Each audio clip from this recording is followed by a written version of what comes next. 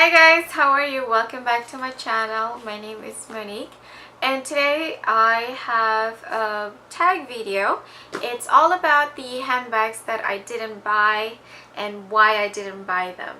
I think this tag was started by Shea Whitney, and I would like to tag all of you to do this tag. This is a really fun thing to do and I love watching these kind of videos. So today's video is all about the handbags that I didn't buy. The most recent one, for number one, I'm going to try to have a picture here, of course, so that you know what I'm talking about. The first one is the most recent one. I went to Chanel a few weeks ago to check out this bag. This is a red seasonal bag from I think spring summer, and it's a red bag with it's like in the mini size, so it's like a chevron kind of like envelope style in a mini size. It has the chain detailing and it's in red. That's the most important thing. I think it comes in red, blue and black. I have been hunting for a red bag for quite some time, so I went there and to check it out to see how the color looks like in person, because on the website the color looks pretty good, because I really want a true red, or red that has like more blue tint in it other than an orange tint. So I went there and I tried it on, I looked at it. It's a seasonal bag, and most of you would probably know that for seasonal bags they tend to be not on the same par as the Timeless collection in terms of quality. You know, it's like the Timeless would be usually like leather line or even double flap and all that. So seasonal bag would usually be like linen, like fabric line, and it'll be like lighter, and I think it was Caviar. I tried it on. It's a cute bag, but I did not fall in love with it because it's not the red that I really want. And I think it was priced at $2,600 or $2,700, which is an okay price, but it really, I mean, the quality is the quality matches the price. It's not that you're getting a deal. The main reason I did not get that bag is that because I didn't think that it was worth the money. Also, that was not the true red that I was looking for. I think I might have gone with the bag if it's the color that I've been looking for. So that's number one. Number two, I have my list over here. Number two is the Gucci Dionysus bag.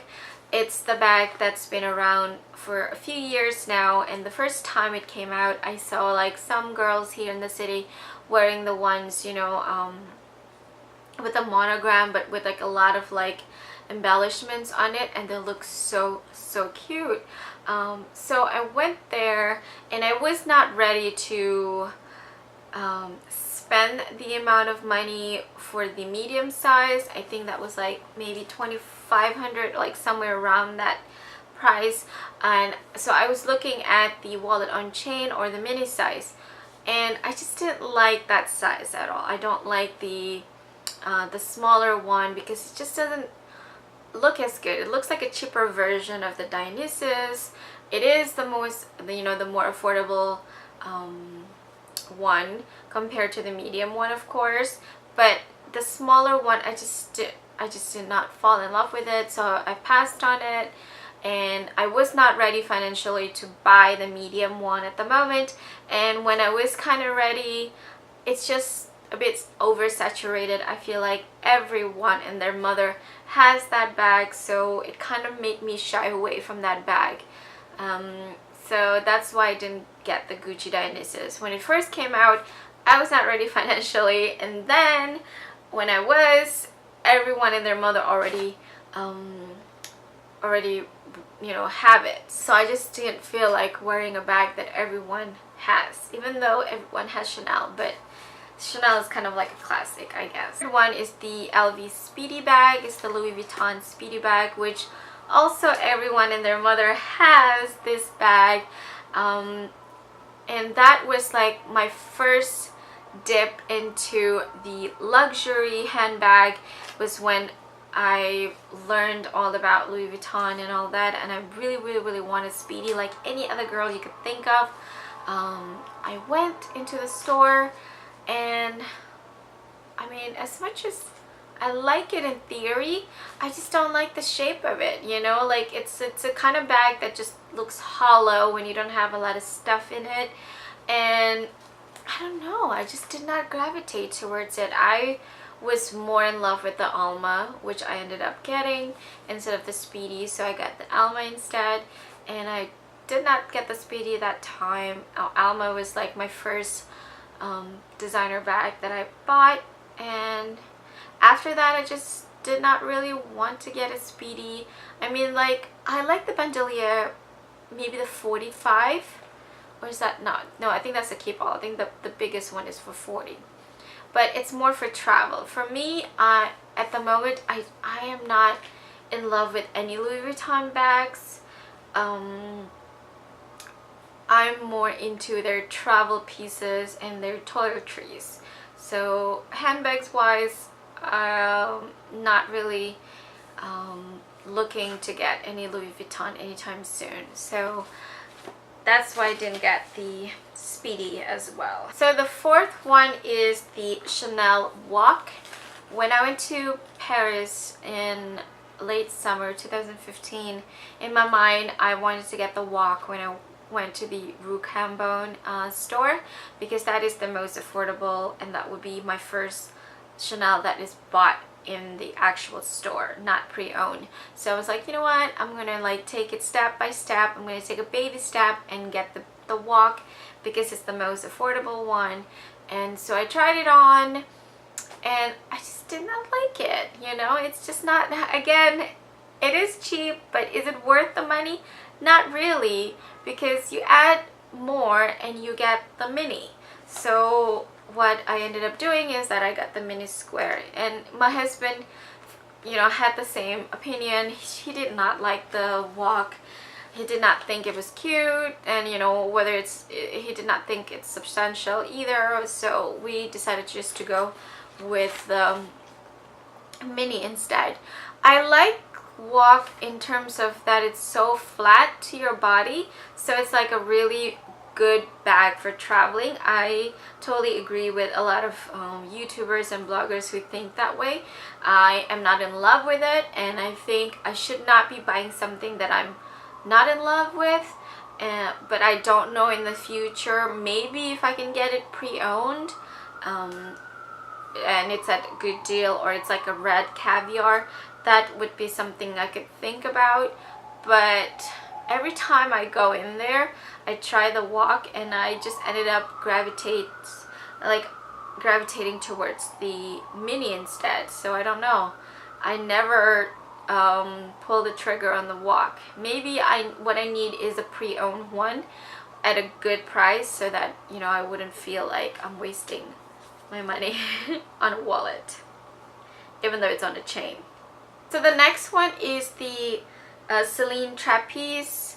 It's a bag that was huge years ago. I remember seeing Man Repeller, like Leandra Medine from Man Repeller, carrying that bag, and I really wanted it. But it was, you know, it's a pretty high in price. I think it's like around 3,000 or something like that. And yeah, it was just a lot of money at the time, and with that money I would rather get a Chanel. So as much as I love this Celine Trapeze, I never got it because the price is just too high for what it is, and I would always just choose to get something else. And now that you can find a lot of them pre-owned in really good deal, but I feel like you already missed out on the trend. It's one of those bags that is a trend. It's not really a classic. It's a classic style, but everyone knows when it was hyped up, you know, when you know, Phoebe Philo was like designing for Celine. So if you're just beginning to buy it now, I think it's like too late. So I never got into that trend, and I think I probably missed out a little bit. Okay, the next bag on the list is the Gucci Disco Soho bag. it's a cute bag, it's really practical, and it's really such a classic style. I never really got into it because, I don't know, I really like the style. And when Alexander McQueen started designing for Gucci, he literally was like, you know what, threw out all the old styles and we're gonna have a 50% off because everything is going to be new again. So they literally had 50% off the Gucci Soho bag in the Madison store, and I went there a bit late. I went there a few days after, and the only one that they had was like an orange suede, and I would never really get a suede bag because it's just a recipe for disaster. You know that suede bag will never ever last you a long time. You know that you will ruin that bag. Maybe if it's black, but it was orange, so I was like, you know what, I'm not gonna get it even though it's 50% off. What's the point? So I never really got into the Gucci Soho trend again, and now I see everyone still buys the bag, but every time I go to the Gucci store and all the people working there, like the women, would be carrying the Gucci Soho bag, and I'm like, I'm not gonna be buying that bag because the company obviously trying to get rid of it, and they let their workers just wear the bags in the store as if it doesn't, as if it's not worth a lot of money. I mean, it's pretty affordable bag, but still. So yeah, I never got into that one. And last but not least is the Saint Laurent Sac de Jour. A lot of people say like it's kind of like a Birkin style, and it's a very structured bag. A lot of people love it. I don't have a 9-to-5 job, and I don't go to the office where I need to have like a very structured bag. I do have to carry my laptop because I like to work when I'm at the store, I carry chargers and stuff like that, but I don't need a structured bag like that because it looks really like serious. Like it looks like either you are a banker or a lawyer. It's like a very conservative type of office, especially the large one. I actually came across one at an outlet. It was a burgundy large Sac de Jour at $700, and as much as I love the deal, I know I would never wear that bag at all. It's like that Celine All-Stuff tote bag that I regretted buying because it's bulky, but it doesn't really fit a lot of stuff. It's like more for laptop and folders and stuff like that, which I don't need at all. If a bag is going to be bulky and big, it has to fit a lot of things for me to be able to use it as a carry-on when I travel, or as a kind of like an overnight when I go somewhere, or as kind of like a gym bag when I go take dance classes. It better fit like my shoes and stuff like that. So the Sac de Jour was never in my radar. I came across like a sale one, and I didn't take the plunge just because I knew I would never wear that bag, and I am not really attracted to the style of the bag itself. Like if people say that's like a Birkin style bag, I would rather maybe get the Birkin, a pre-owned one day. I don't know. So yeah, that's all the bags that I did not buy. I'm not saying that if you have these bags that these are not good bags. I'm just saying that I personally, for some reason, do not gravitate towards these bags. I don't know why. People have their preference, right? So if you have these bags, I mean, yay for you. That's great. Like whatever you have in your collection, they're just my opinions. Thank you so much for watching. I hope you enjoyed this video, and please do this tag. I would like to watch your videos and what you think about bags that you did not buy. Thank you so much for watching. Don't forget to click subscribe, and I'll see you next time. Bye.